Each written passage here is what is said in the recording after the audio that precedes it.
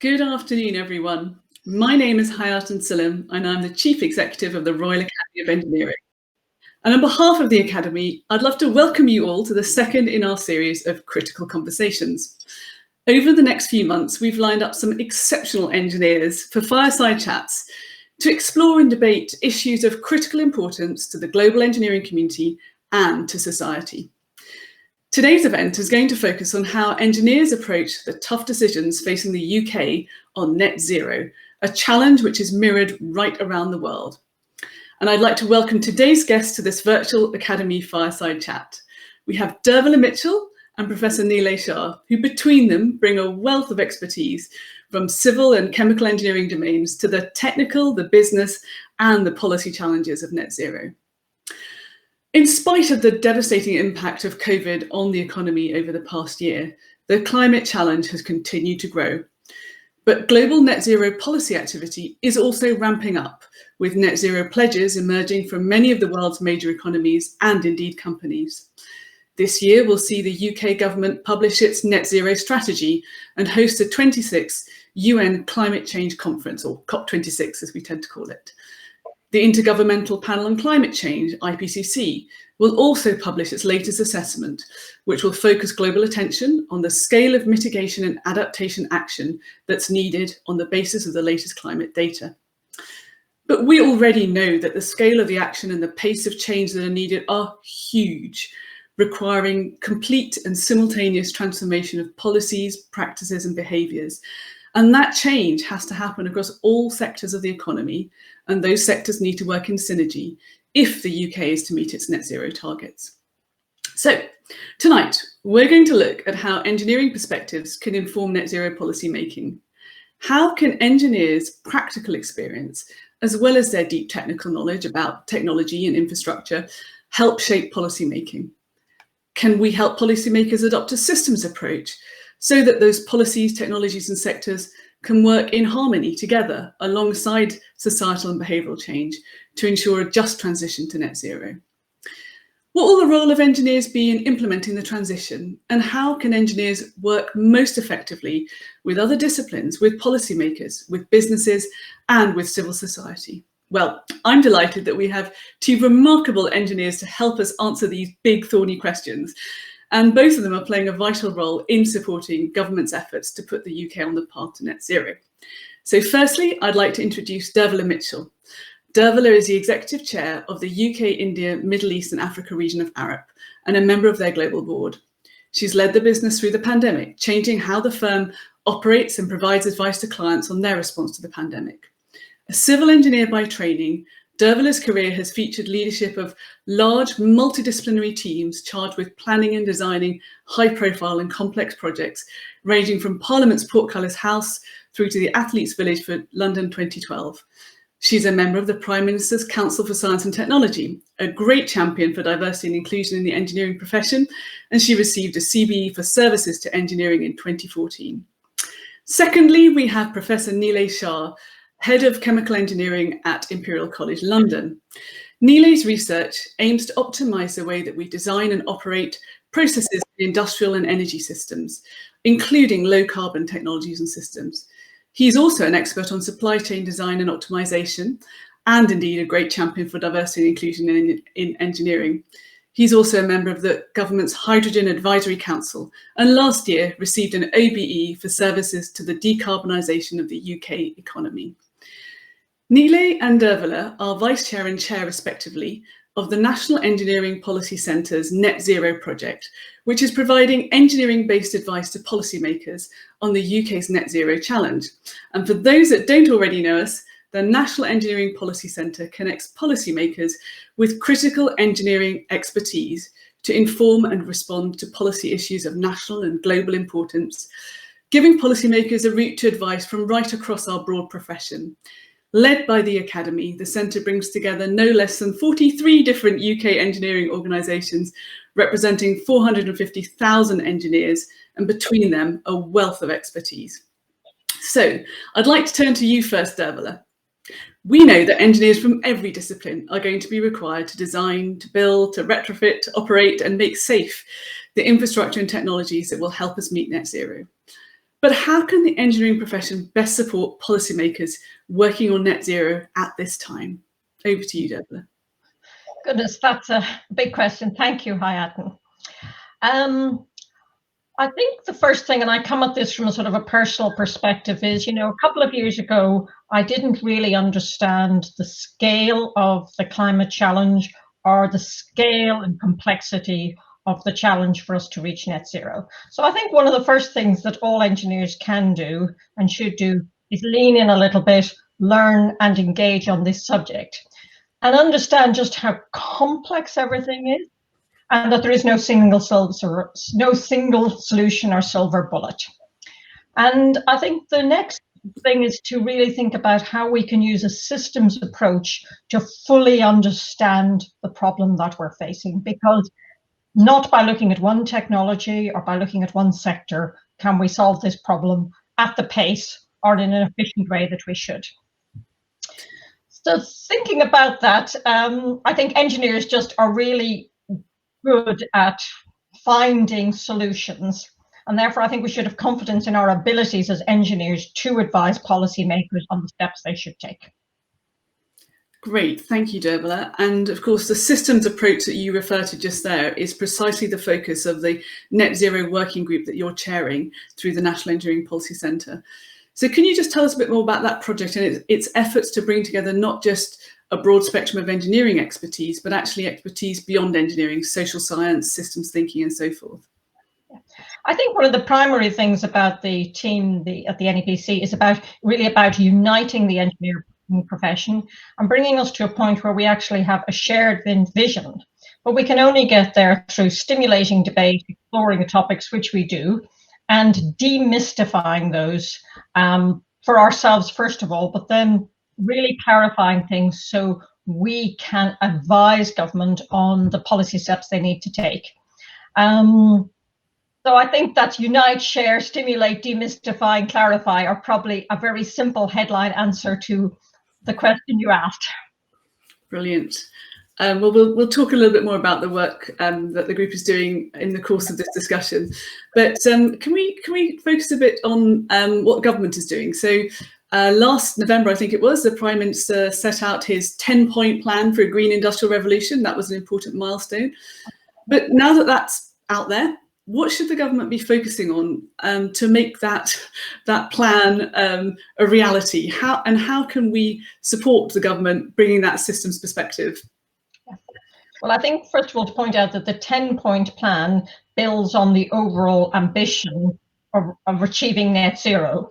And after the 10-point plan is fantastic in that it moves us forward to the next level of granularity.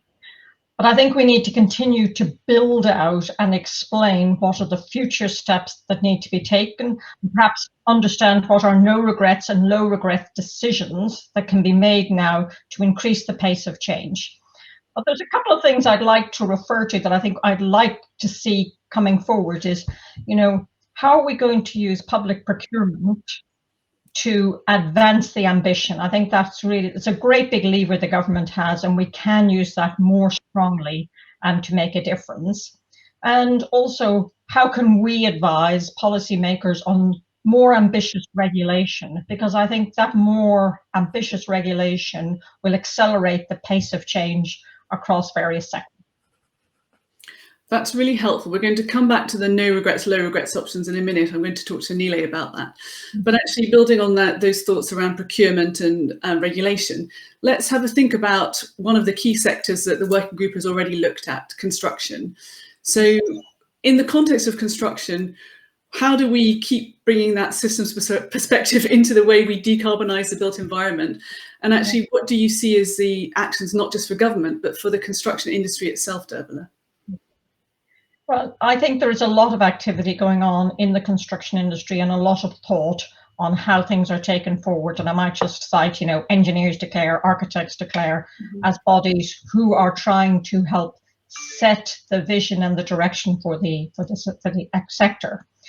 But when we come and think about the sort of systems approach and we think about buildings or the built environment more broadly, I think there is a need for us to look at the whole life cycle, not just about how we deliver the most economic solution. We need to think about how we procure, how we build, how we operate. And by taking that whole life cycle and a whole system approach for whatever the product is, whether it's a building or another facility, to look at it in its whole, because I think that will help us make decisions which will more likely lead to more sustainable outcomes.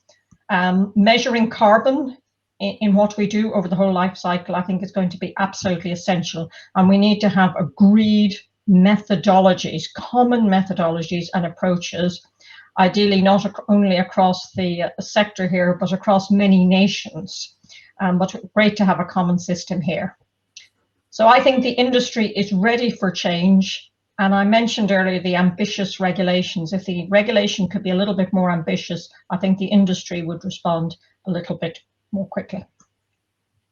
Great, really, really important points. And so again, now drilling down even more specifically, can you share a little bit about what Arup has been up to in thinking about its role in this net zero transition? Because this is something that, as you've indicated, every business is going to have to play its part in. So how is net zero impacting on Arup and the way it does its business and operations?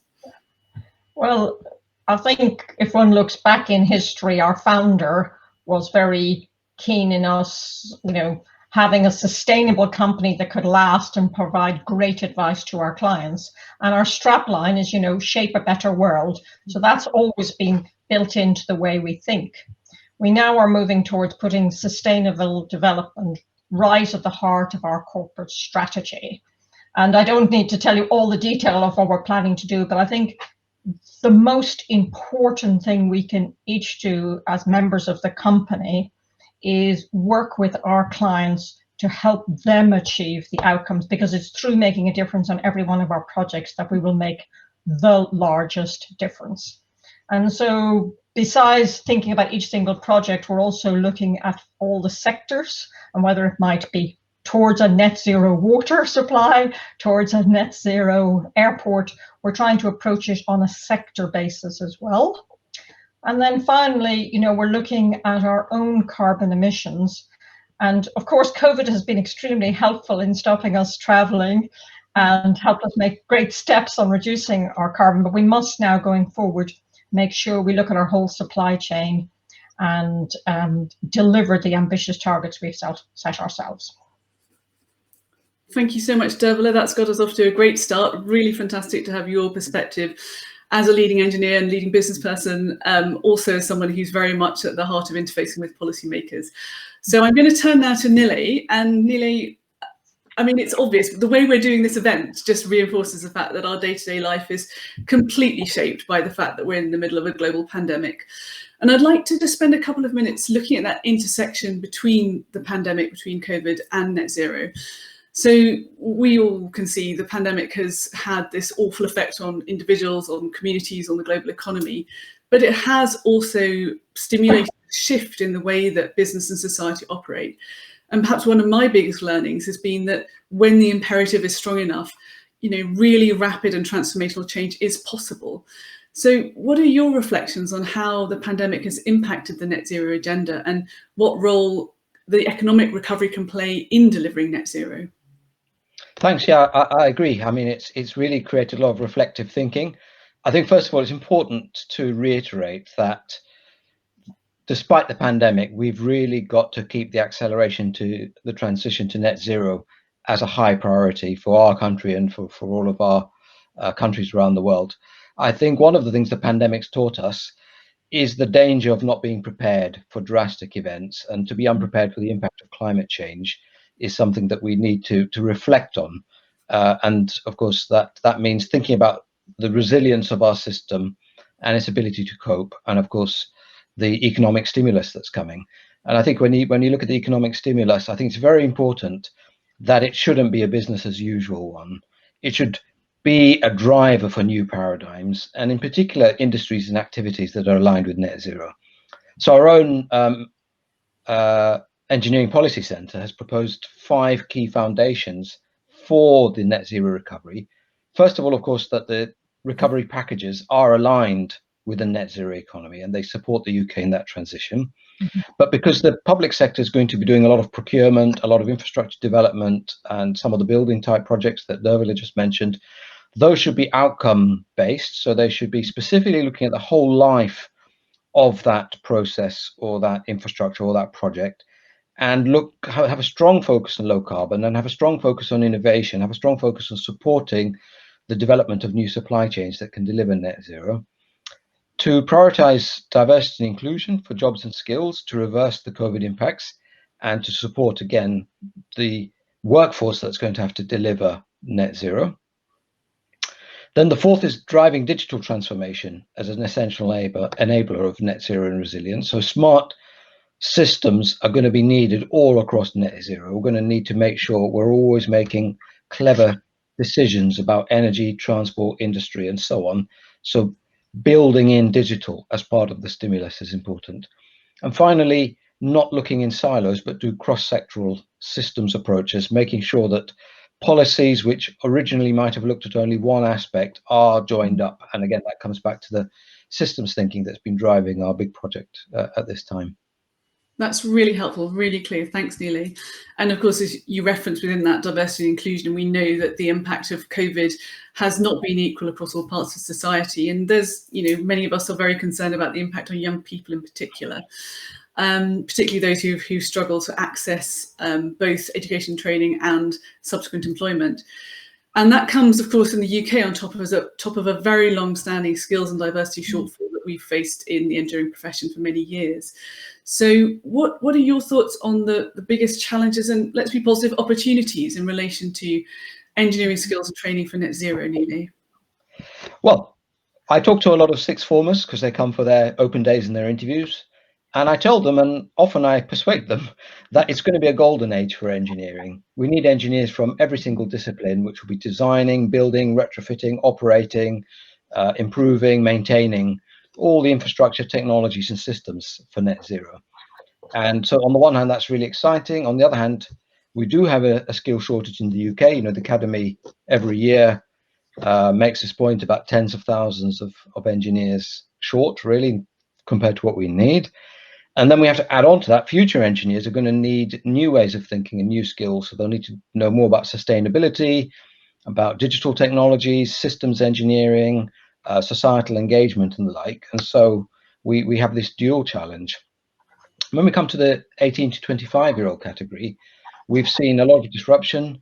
Apprentices have not been able to go into work and do the learning on the job. School pupils from disadvantaged backgrounds are probably not getting the education experience that they should be having. We thought this was going to be a short period. I remember when we were shutting down the university in March last year, thinking, well, 6 to 12 weeks and we'll be back up, and it's not going to be like that. It's not going to be like that for a while.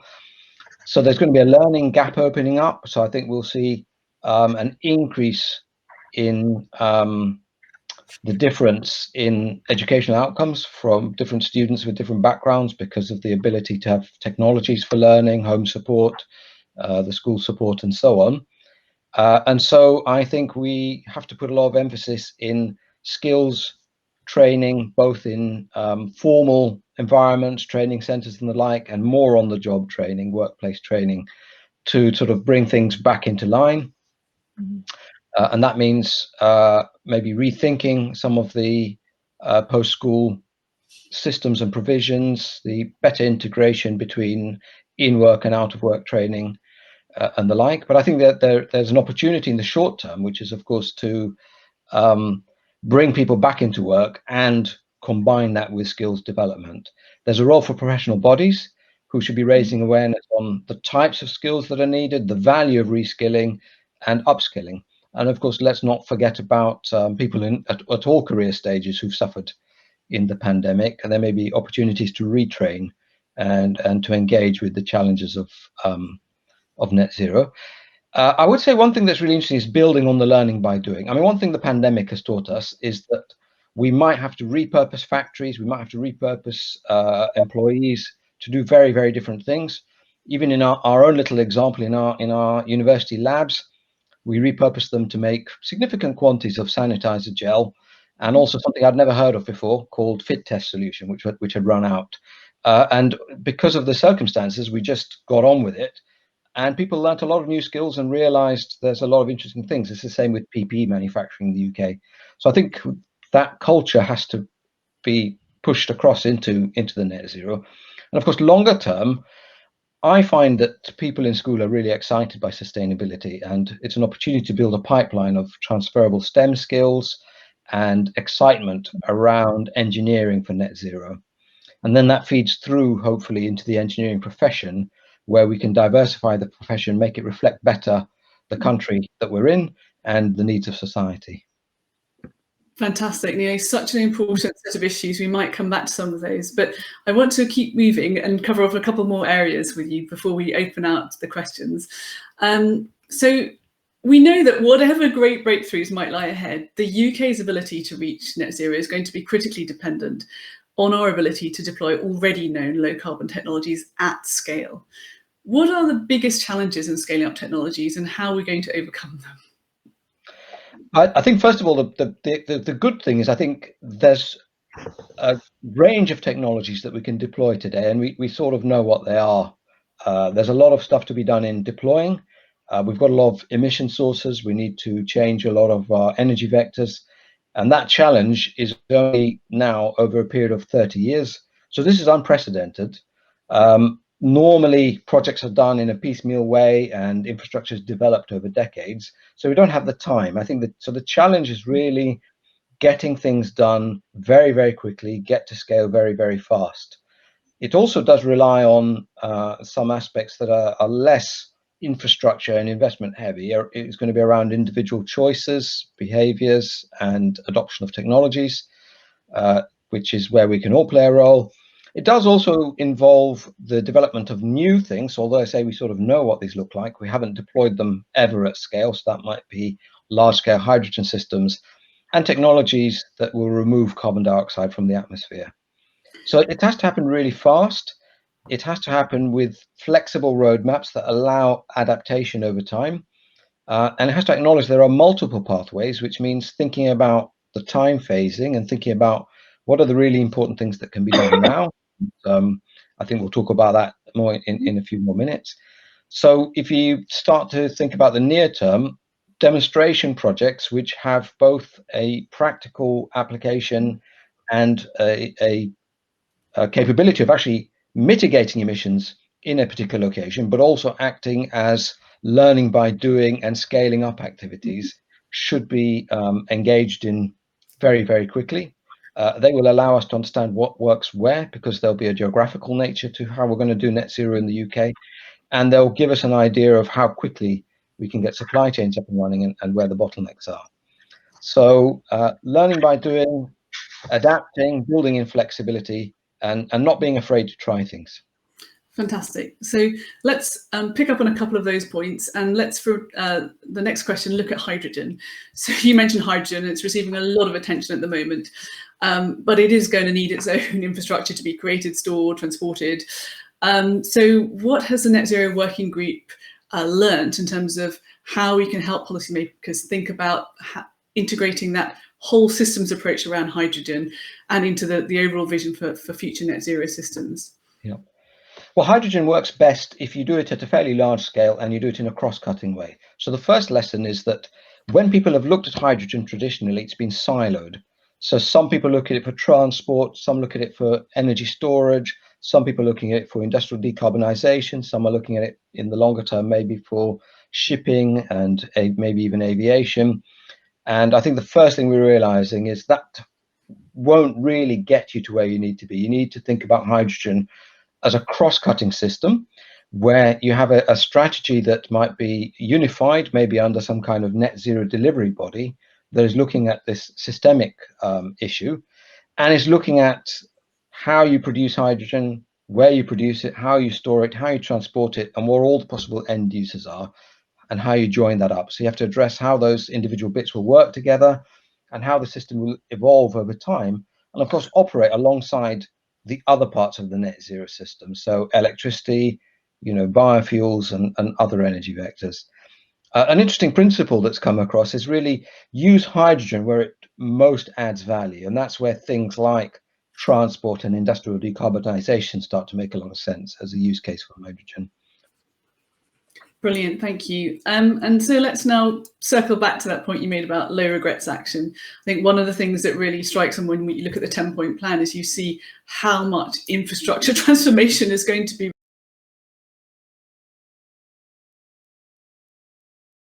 takes time. Infrastructure deployment, infrastructure transformation is not something that can happen quickly. So Nilay, could you talk about what lessons we can learn from the Net Zero project about the low regrets actions that governments could take in the near term, in spite of the uncertainty about the future? Yes, so as I said, we've got 30 years, so we can't really take our time and resolve these uncertainties. And some will only actually be resolved by taking action. So there's no question of just sort of waiting for some new data. And that means we need to use this concept of low regrets. So low regrets options are interventions or investments that appear in a high number of net zero scenarios. So when you develop a range of net zero scenarios which account for uncertainty, you'll see things popping up very often or all the time, and that's an indication that these are worth doing regardless of the uncertainty. They build in flexibility, they open up options, and they bring benefits. So what are some examples? Some examples might be technologies that are appearing everywhere, like electric vehicles and high levels of renewable energy. So we may as well get on with those. Demonstrating the effectiveness of some other low carbon technologies like carbon capture and storage, particularly for industrial processes and for hydrogen. Tidal and nuclear to develop them further and see how far they can go and look at different options for those. There's never a bad argument for improving resource efficiency. So continuing to invest heavily in the built environment, in transport and industrial applications to reduce resource consumption, and improving the smartness of the energy system. So we know that the future energy system is going to have to operate in a very integrated way, and we may as well start rolling out smartness. And so these are things that can enable us to get going quickly, and we can start thinking about time phasing of the transition in three chunks: now, next, and future. Fantastic, thank you, Nilay. That's really, really helpful as a sort of quite practical set of things that we can start, accelerating on in the near term. Now, this is the point at which I'm going to be opening up the conversation to audience questions, and I've already got quite a selection in front of me, but please do add your thoughts, and we will try and get through as many questions as possible. So I'm going to bring Dervilla back in for the first question, which is from Laura Cohen, who's the Chief Exec at the British Ceramic Confederation. And Laura's making the point that using a systems approach, we should be able to help make sure that we don't deliver net zero by deindustrializing the UK. And this issue of offshoring our emissions is, of course, quite a sensitive point. So maybe start with you, Dervilla. We've got to be internationally competitive whilst also reducing carbon. And we have things that maybe are a bit challenging in terms of industrial electricity prices, for example, being rather high in the UK. What's your view on how we get that balance right between meeting net zero without decreasing our competitiveness? Oh, that is quite a challenging question. And I don't know that I actually have a direct answer for that. Because I think one of the things about when people start talking about how international the challenges are, is that we take our eyes and our focus off what we can do in the UK. So in some of the debates that I hold, I try to actually bring people's focus back to now and what we can do within our boundaries and which we have control over. And I think that's a better place and a more confident place to start and build momentum before we start thinking about the global emissions. I think also thinking globally, we can often stop ourselves doing things locally, which I think we should avoid doing. I'm not sure. So no, we should not go into a position where we start offshoring things. Absolutely, that should not be a place we should go. But I think I would refer back to something that Nilay has said earlier, is we look upon many of these things as problems and challenges, but all these challenges are actually providing opportunities for us to solve problems. And I think if we put that eye and that mindset on it, we will avoid some of the problems which have just been identified by that question. Thank you, Dervilla. And yes, I mean, I would like to think in a world where many countries are effectively trying to navigate this same very challenging transition, that learning how to be good at it would surely be a competitive advantage.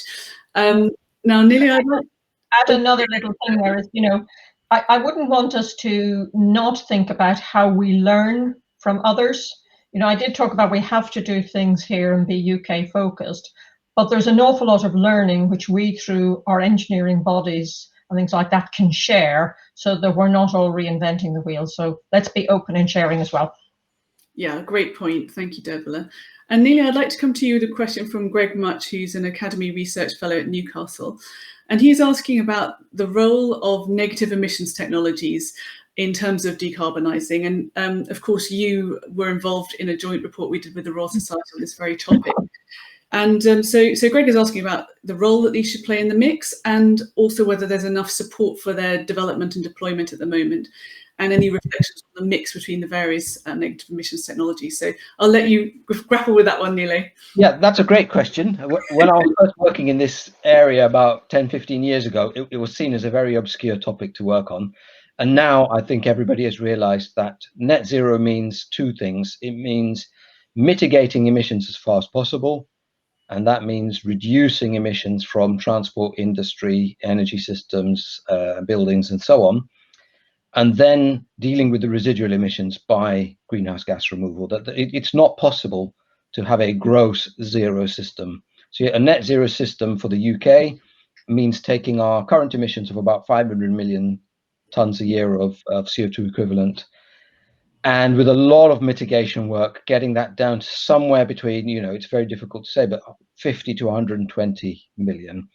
And the rest will have to be done by greenhouse gas removal. Now, that's a mix of things that involve the natural world, afforestation, peatland and wetland restoration, and so on, and then engineered systems like direct air capture and bioenergy with carbon capture and storage. So we would expect for the engineered systems, they will be having to remove tens of millions of tons of CO2 from the atmosphere every year. I would say to the second question, no, we haven't given it enough attention. It's not something to deploy now, because it's not a resource efficient way to deal with that first 400 million tons. Mitigation is more resource efficient.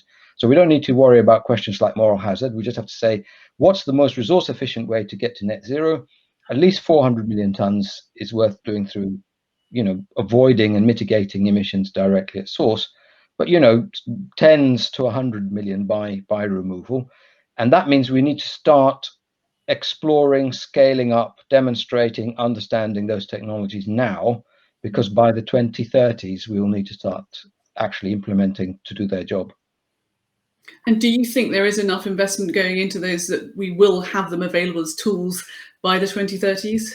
No, and I think that's, you know, in fact, I'm heartened with how much investment there is, because that's mostly coming through voluntary markets and surprisingly, you know, venture capital and corporate capital, and there isn't enough public investment in these technologies. And I think it's partly because we haven't communicated well their role in the net zero system. I think that's becoming clear. In the UK, we'll be investing very, very soon in a number of fairly large-scale demonstrators, so that we should hear about in a month or so. Okay, great, thank you. So a question to you both now. I've got a question from Zachary Angelmeyer at Aptum Group, who's asking about where circular economy fits in this net zero discussion. And I think I certainly find, I don't know if you find the same, that sometimes people struggle with systems approaches being a bit abstract. And in a way, to me, circular economy is another manifestation of a systems approach in a way that has perhaps got a bit more traction amongst the general public. And it implies not just supply chains and you know, resource transition through that economy, but also the business models and the behaviours. So I'm interested in your reflections on where circular economy fits into net zero. Who'd like to go first on that one? I'm happy to go. So it's an important element of it for a number of reasons. I think, first of all, what we are interested in net zero is not trying to fix one problem and create other problems. So we need a future energy, industrial and commercial system that is careful in the way it uses resources. So if we take some circular economy principles, we wouldn't want to be building a net zero economy on the basis of scarce materials and scarce elements that require a lot of resource extraction, but rather, to think of net zero as an important but not the only dimension of sustainability. So one way to look at it is the future net zero system shouldn't create new environmental problems, and it should be embodying principles of circularity. I think the second one is being resource efficient ought to automatically reduce carbon emissions by, for example, reusing energy intensive materials like metals and construction materials, glass and so on. And then third of all, there's an interesting, more specific dimension of circular economy, which is reusing carbon dioxide as a feedstock rather than emitting it to the atmosphere. Thanks, Nilay. Sorry. I was going to ask if Dervilla wanted to add to that. Yeah. Well, I think it's useful sometimes to break out the whole concept of sustainable futures into different languages and different approaches, because they resonate with different groups of people and encourage dialogue, understanding and change. So when I think about the built environment, circular economy and circular principles certainly makes one think much harder about waste and resources, which I think, as Nilay has just said, is really important, that we don't just keep pouring concrete and making steel because it's an infinite resource, which it is not. So I think those circular principles really help there.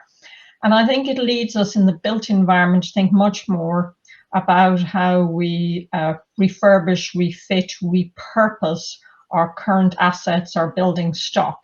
And that is something that perhaps has been off the agenda in recent years and is coming back on the agenda, which I think is a really important part of creating this sustainable future. And what are the policy levers, Dervilla, that you think would help us to prioritise that sufficiently, bearing in mind that the turnover of building stock is so slow that unless we do better on that, we're not going to actually achieve our net zero aims? Well, I have a sort of a conflicting thoughts here, but let me express them.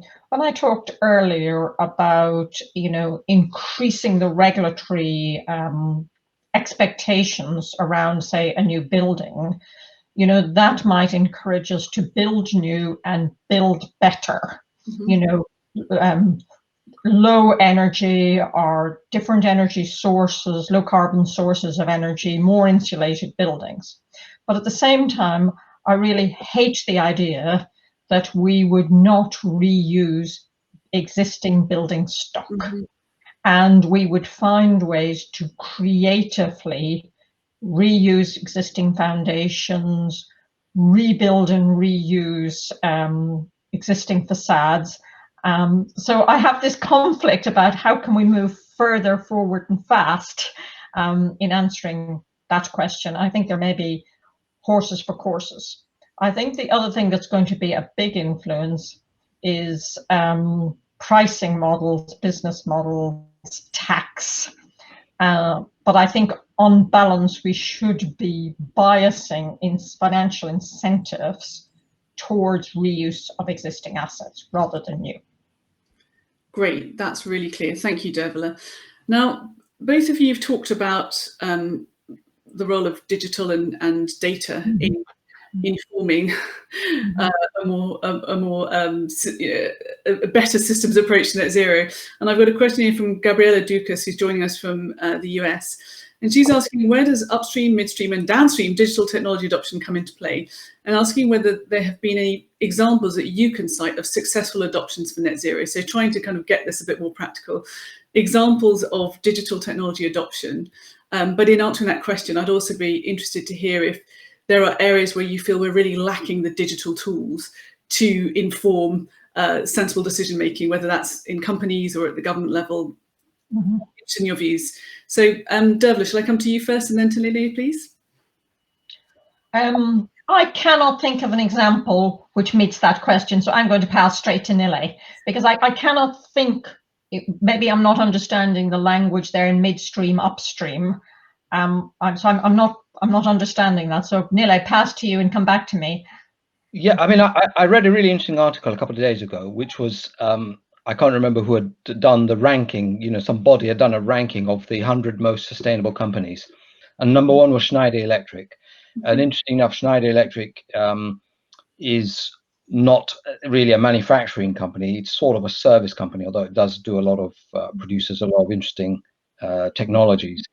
And the reason it was number one is it had helped a huge number of its clients with the employment of digital technologies for two things. Number one, making their industrial or commercial processes a lot more efficient by providing visibility of how energy is used, but also more importantly to, you know, sense and actuate and control industrial and commercial systems much more accurately and reduce energy consumption. And second of all, maybe more interestingly, to explore how digital technologies can help companies massively increase the use of renewable energy, which of course comes with variable supply, but with some degree of predictability in terms of things like sunlight and wind. And by bringing that predictive control and digital technology to play, they were able to incorporate a lot more renewable energy content into their customers' use. And as a result, they've developed now some very strong capabilities in that area. And that's why they came out number one in that survey. It was exactly to do with those kinds of deployments of that kind of technology. Thank you, Nilay. That's really helpful. And Dervilla, when you gave your, when we were doing our Q&A at the start, you talked about the importance of thinking clearly on whole life cycle analysis when we try and understand carbon, and you know that relationship also with procurement. So do you, in terms of your own business and the work you do with your clients, feel that you have the methodologies and the tools that you need for robust whole life cycle analysis that gives you that data? I would say that we're still developing those. And what I was seeking in my earlier conversation is not each company and each sector seeking to analyze in different ways and develop in different ways, but to actually see, can we get some more common approaches which are cross-sector and across a nation or across a number of nations. So I think, yes, we have approaches and a really growing understanding of these issues. And I think the test will be probably in maybe 3 years' time, are the methodologies and approaches we're all using actually delivering outcomes? And I think we might find that, you know, early on you do deliver some wins, and then things always tend to flatten out. And how can you sustain improvement? So I think we also have to think that over the very long term of our challenge, might we also need to change the way we approach things and focus on new and different things to sustain the carbon reduction over time. And I think that's what we see when you see the reporting of the different carbon budgets, is that, you know, a lot of progress made in budget 1 and 2, but we're actually beginning to stall in our progress, and then we need to make a step change to move further. So I think that'll be common. Yeah, I think that's spot on. I've still got lots of questions to try and get through, but if you're listening and want to throw your question in the mix, I'm going to try and race through as many as possible, so please keep them coming. So we've got a question now from Sharad Sharma, who leads the Engineering X program at the Academy. And he's saying that, you know, we talk a lot about build, operate, maintain, but actually, what about end of engineered life? So what does net zero mean for decommissioning and how we dispose of our engineering assets at the end of their life, and are we thinking hard enough about that when rolling out new assets? So I'm interested in either of your comments on this. Who'd like to go first? Dervilla, I'll go first this time. So the answer is I do not think that we actually think enough about end of life, and that's because the ownership, buildings or infrastructure, has a very long life scale. The ownership and the responsibility stretches over tens and dozens and maybe hundreds of years. So therefore, people have not thought in the past about the consequences and the sort of remnants of their work. It's not been an important thing, but we do need to think much more about that. And I know that in the construction sector, people are now looking much more at structures that can be built, and if they can't be reused, demounted, and the materials repurposed or reused again. So that thinking is starting and is in train. But how do we make those cost effective, and for clients and people to actually, if they will they ask for it in their brief? I want to design a bridge which is totally demountable, or a building's totally demountable, and will they be prepared to pay now to have that, should it, because it might cost extra. So I think we just do, if we reinforce the thinking about whole life from inception through to, rebuild or reuse, then I think it will help us focus on that end of the project. And we've all come to learn in a smaller scale that we don't just throw our fridges out in the bin and have them collected locally. They have to be disposed of properly, and the same should apply to everything else. An end of life has to be planned. Yeah, this is a huge cultural shift. There's a huge amount we could say, but I've got so many good questions. I'm going to just keep going. All right, we're getting quick fire now. So this is a big question. It's from Sally Sudworth, who's involved in asset management, and she's saying the Scottish Climate Assembly is keen to ensure a just and fair transition. That just transition notion has become far more prevalent over the past year or two. And how can engineers support that just energy transition that the Scottish Government are now embracing, or Scottish Climate Assembly is now embracing? Nilay, I'm going to get you started on this one, please. I think that's really a very fascinating new topic that's come through, and the realization that there's a danger that when you have any kind of transition, you can create winners and losers. So I think what we look at is road mapping and developing pathways that help us understand, technologically driven change to net zero, but what are the implications for the economy, for jobs and society? And that gives enough time then and enough space to think about how that transition is managed in terms of who will be involved, who will be affected, and how you can mitigate any effects. And so I think it's part of the planning of the system is to look at the implications for communities, jobs, local economies, global economies. And I think there's a lot of maturity in that now, and there's a lot of interesting academic research that's also going on exactly on that topic. Thank you. And Dervilla, would you like to add anything on that? Otherwise, I'll throw in Nilay. Excellent. Well, let's keep going. Time for another question. So there are various questions here. I'm going to mention Mara Apatochoya, and I apologise if I haven't spent your pronounced your name properly, Mara. But Mara's a student at UE studying architecture, and she's asking a great question around collaboration between different disciplines. So her question's in the context of construction, but I think this need for interdisciplinarity in how engineers work with, in this case, architects and civil engineers. But if you take almost any aspect of the energy transition, you see the need for greater collaboration across different professions, different disciplines. So Dervilla, thoughts on how we can do that better? I think we absolutely essentially, we need to do that. We need to work in a more collaborative and joined up way. But that means that we need to teach people early on in their careers to not only understand their own discipline, but absolutely be curious about other disciplines so that they can integrate together and deliver a completely holistic solution.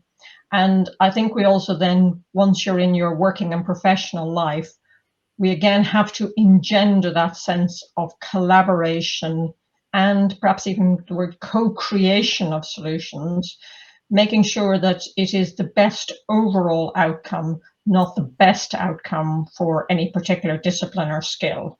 And I think if we do think about not only outcomes for a project, but also outcomes for society, I think that will drive back in the need to collaborate more closely together and deliver these outcome-based solutions. Great. Well, if we can do that, I shall be very, very happy. And Nilay, I'm just going to throw a question in that really builds on what we were discussing around implementation of existing technologies a little bit earlier. So I've got a question from Louise Shaw from East West Railway, and she's saying that we're already experiencing challenges over affordability and political aspirations, that an emerging technology is basically going to come and save us all. And so how can we ensure that we get on with what we know whilst also being open to absorbing and adapting as new technologies and insights come on stream? So Nilay, why don't you take that thought forward? You started talking about it earlier. Yes, so I think what's interesting about that is again, it comes to this issue of whole life analysis, because I think when you look at net zero and you look at it over a certain time span, which may be now through to 2050, what you see is actually the whole life differential in cost between what I call a low mitigation approach and actually really going for it is not as big as you would think. It's probably of order 1 to 1.5% of GDP, maybe 2% of GDP at most. And that's only because we don't price carbon properly and we're not pricing in the damages. The challenge is that it's heavily biased to doing a lot of stuff up front, because we need to size the infrastructure for the future. We need to invest in new technology. We need to do learning by doing, so the first generations of things are not going to be necessarily the most efficient. On the other hand, a lot of people complain to me that there's far too much capital swimming around, not finding useful things to be engaged in and just creating asset bubbles. So I think it's really how we match up the fact that there are huge sovereign funds and pension funds and all other kinds of asset management funds, and get them connected with these opportunities and find a way to get at least a reasonable and guaranteed return for investors. And I think that will unlock a lot of financing, because it's upfront heavy, but actually over a whole life, it's really quite efficient. Great, thank you, Nilay. I'm going to squeeze in one last question to Dervilla before I give you a kind of wrap-up question. I'll give you fair notice so that you can hone your answer. So the question we'll end with will be, if you could each give policymakers working on net zero policy one single piece of advice, what would it be? But in the meantime, Dervilla, while your brain is crunching that one, last question from Nilay Shah, who's Vice President at the ICE. And she wants to know about how do we get industry to think of the multiple benefits of integrating net zero, adaptation, biodiversity, and so forth. So she uses the example of how we manage land for construction. So any specific thoughts on that? And then I'll come to you, Nilay, for the wrap-up question. I think probably the best approach to that is really thinking at the outset much more hard about the outcomes one is seeking to achieve. And if your approach is outcome focused, which I talked about a minute ago, then you actually do begin to naturally align, your proposals, the work you're doing, how you deliver it, bringing in the whole supply chain, bringing in a broader perspective of thinking. So I think that really does, that would be my approach to trying to achieve that. Great, that's really helpful. And now, Nilay, so you've got to land one message with policymakers. What's it going to be? I think the UK needs to find its place in the world again. And if you think of its history in the last 50 years, one of the things that the UK has always punched above its weight on is being a convener. And if you think back to the Kyoto Protocol, the UK played a disproportionately large role in getting a lot of countries to sign up. And the reason that it did so is that it was definitely eating its own cooking. It was the first, or one of the first countries to have a bill, as in our climate change bill. So I think that opportunity is again there, first of all with COP coming up, and then second of all with being again first to set a net zero target. So I think it's not to be afraid to start doing the heavy lifting and the implementing and developing strategies that will indeed protect small industries and protect the economy, while understanding and developing the advantages of being a first mover, or at least being a co-first mover with maybe some of the Scandinavian countries, and then exploiting that to have this powerful convening role first, and then second of all, developing solutions and technologies, and especially the things that are systemic, which again is one of the UK strengths, systems thinking, being the place where this is done, and then of course generating a lot of amazing technology, advisory, policy, and other opportunities for everyone in the UK, because of course the UK is something like 2% of global emissions, so the biggest impact it can have is how it influences the rest of the world to come on this journey. Thank you, Nilay. That's super. And Dervilla, your piece of advice for our policymaking colleagues. This is quite overlapping, and I thought of it separately. Is, I think we have a really wonderful opportunity coming up with COP26. It is a short-term piece of work, and we have that stage, and to really hold that stage well gives us a momentum and a position to carry forward. But we have three big agendas in the UK at the moment: net zero, levelling up, and our place in the world. And I think that we can align all those three and set an ambitious plan, which we articulate, and as Nilay described, establish ourselves as leaders. So I would say that is the challenge or the outcome. And I think that, if I was thinking about the advice to policymakers about how you might achieve that, it's really around getting effective and efficient cross-departmental working happening within government, which then will engage with, that sort of effective and efficient cross-industry working happening, so that we're all aligned together to support this. Fantastic. Thank you so much.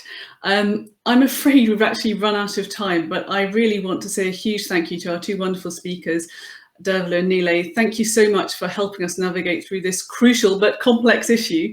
Thank you everyone for your questions. I think there was some great grounds for optimism. I am someone who's always looking for that silver lining.